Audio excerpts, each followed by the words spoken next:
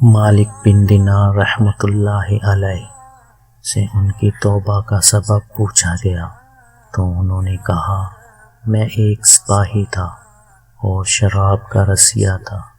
میں نے ایک نفیس باندی خریدی اور وہ میرے دل میں خاص مقام کی مالک بن گئی۔ اس سے میری ایک بچی پیدا ہوئی۔ میں اس بچی کو حد سے زیادہ پیار کرتا تھا۔ جب وہ زمین پر گھسیٹ کر چلنے لگی تو میرے دل میں اس کی محبت اور بڑھ گئی۔ وہ مجھ سے مانوس ہو گئی اور جب میں اس کے سامنے شراب لا کر رکھتا تو وہ آ کر کھینچا تانی کر کے میرے کپڑوں پر شراب بہا دیتی۔ جب اس کے 2 سال ہو گئے تو وہ مر گئی۔ میرے دل کو اس کے غم نے بیمار کر دیا۔ 15 رمضان کو جمعہ کی رات میں شراب کے نشے میں مدہوش تھا۔ میں نے عشاء کی نماز بھی نہیں پڑھی تھی۔ میں نے خواب میں دیکھا کہ سور پھونکا گیا اور قیامت قائم ہو گئی۔ مردے قبروں سے اٹھائے گئے اور تمام مخلوق جمع ہو گئی۔ میں بھی ان میں تھا۔ میں نے اپنے پیچھے سے آہٹ سنی، مڑ کر دیکھا تو ایک بہت بڑا اژدہا ہے، کالے رنگ کا، آنکھیں نیلی ہیں، منہ کھولے میری طرف دوڑ رہا ہے۔ خوف و دہشت کے مارے میں بھاگا۔ راستے میں ایک صاف ستھرے لباس والے شخص کے پاس سے گزرا۔ میں نے سلام کہا، اس نے جواب دیا۔ میں نے کہا، بابا مجھے اس اژدہے سے پناہ دو، تجھے اللہ تعالیٰ پناہ دے گا۔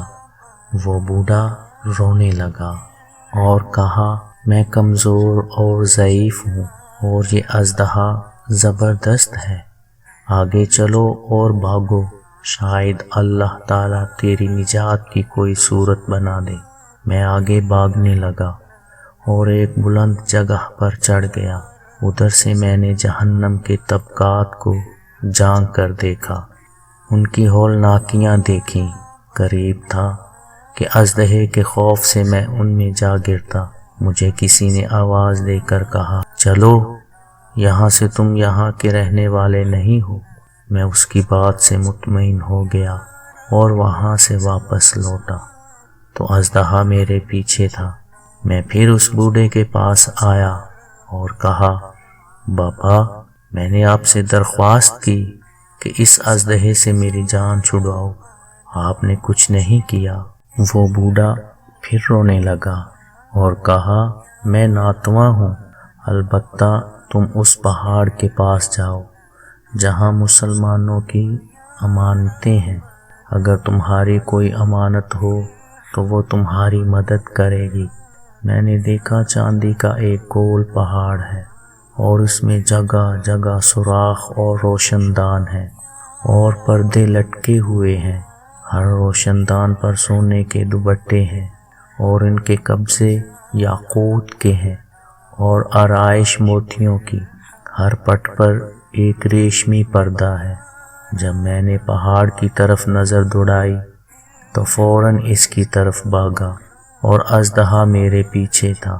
جب میں پہاڑ کے قریب پہنچا تو ایک فرشتے نے آواز دی، پردے ہٹاؤ، دروازہ کھول دو اور سیدھے کھڑے ہو جاؤ، شاید اس حاجت مند کی یہاں کوئی امانت ہو جو اسے اس کے دشمن سے نجات دلائے۔ میں نے دیکھا پردے ہٹ گئے اور دروازے کھل گئے اور روشن دان سے بہت سارے بچے میری طرف جھانکنے لگے۔ ان کے چہرے چاند کی مانند تھے۔ اژدہا بھی میرے نزدیک پہنچ چکا تھا۔ میں حیران رہ گیا۔ ان بچوں میں سے ایک نے چلا کر کہا، ابے سب آؤ، اس کا دشمن اس کے قریب آ گیا ہے۔ چنانچہ وہ جوک در جوک کھڑے ہو کر جھانکنے لگے۔ اچانک میری وہ بچی جو مر گئی تھی وہ بھی ان کے ساتھ جھانک رہی تھی۔ جب اس نے مجھے دیکھا تو رونے لگی اور کہا، ہائے یہ تو میرا باپ ہے۔ پھر اس نے نور کے جرمٹ میں تیر کے تیزی کے ساتھ چھلانگ لگائی۔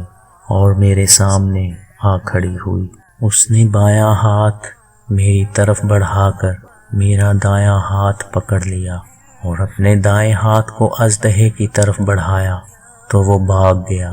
پھر اس نے مجھے بٹھایا اور میری گود میں بیٹھ گئی اور اپنے دائیں ہاتھ سے میری داڑھی پکڑ کر کہا، اے ابا جان، کیا مومنوں کے لیے وہ وقت نہیں آیا کہ ان کے دل اللہ کے ذکر کے لیے جھک جائیں؟